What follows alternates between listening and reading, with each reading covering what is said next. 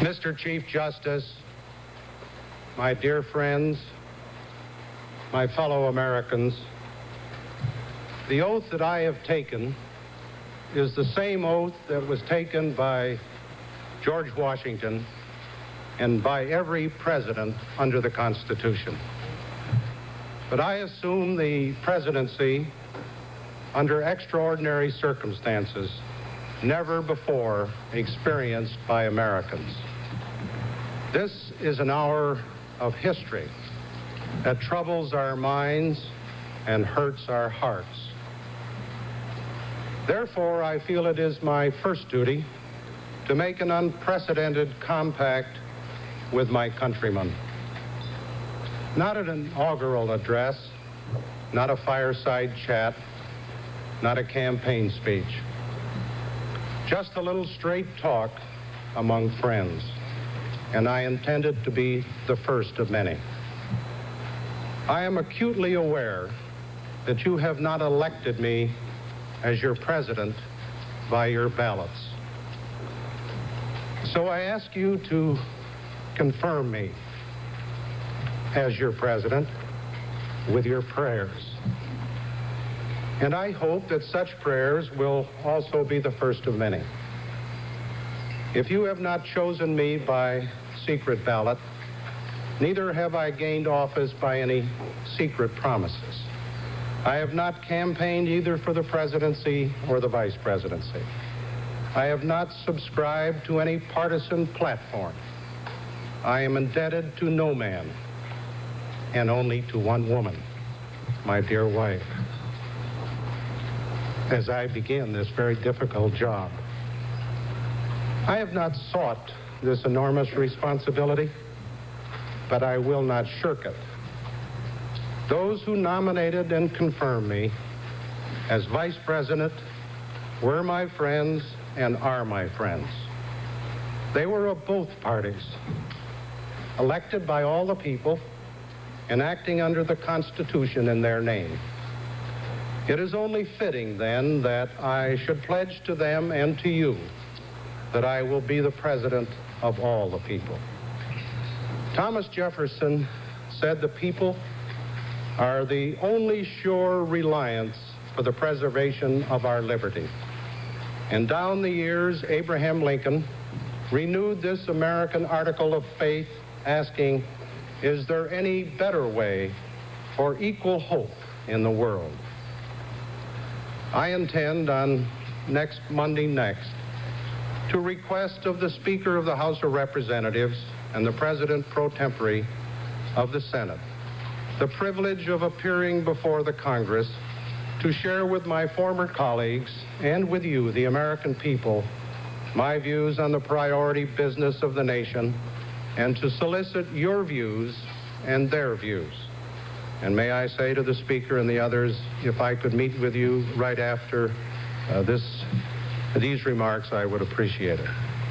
Even though this is late in an election year, there is no way we can go forward except together, and no way anybody can win except by serving the people's urgent needs. We cannot stand still or slip backwards. We must go forward now together. To the peoples and the governments of all friendly nations, and I hope that could encompass the whole world, I pledge an uninterrupted and sincere search for peace.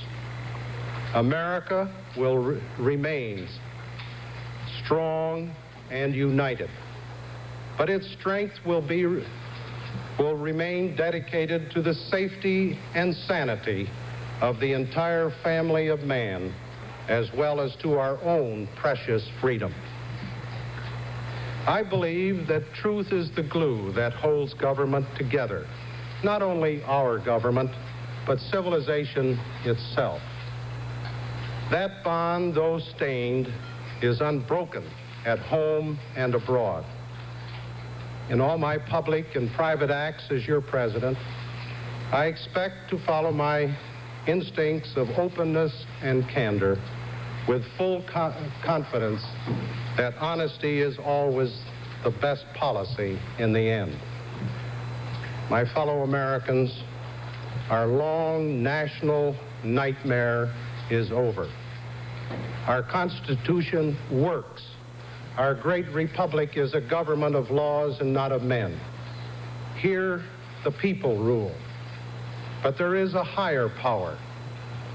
By whatever name, we honor him, who ordains not only righteousness but love, not only justice but mercy. As we bind up the internal wounds of Watergate, more painful and more poisonous than those of foreign wars, let us restore the golden rule to our political process, and let brotherly love purge our hearts of suspicion and of hate. In the beginning, I asked you to pray for me. Before closing, I ask again your prayers for Richard Nixon and for his family.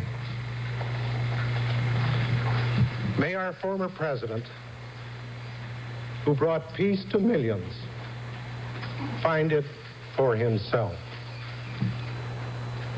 May God bless and comfort his wonderful wife and daughters, whose love and loyalty will forever be a shining legacy to all who bear the lonely burdens of the White House. I can only guess at those burdens, although I have witnessed at close hand the tragedies that befell 3 presidents and the lesser trials of others.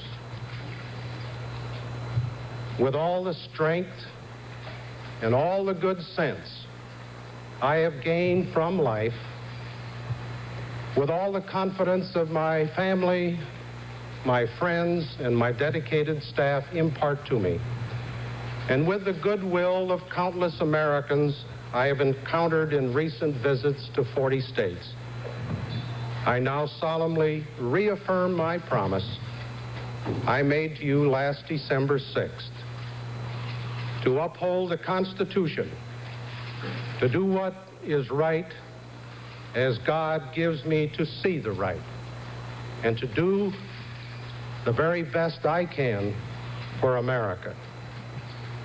God helping me, I will not let you down. Thank you.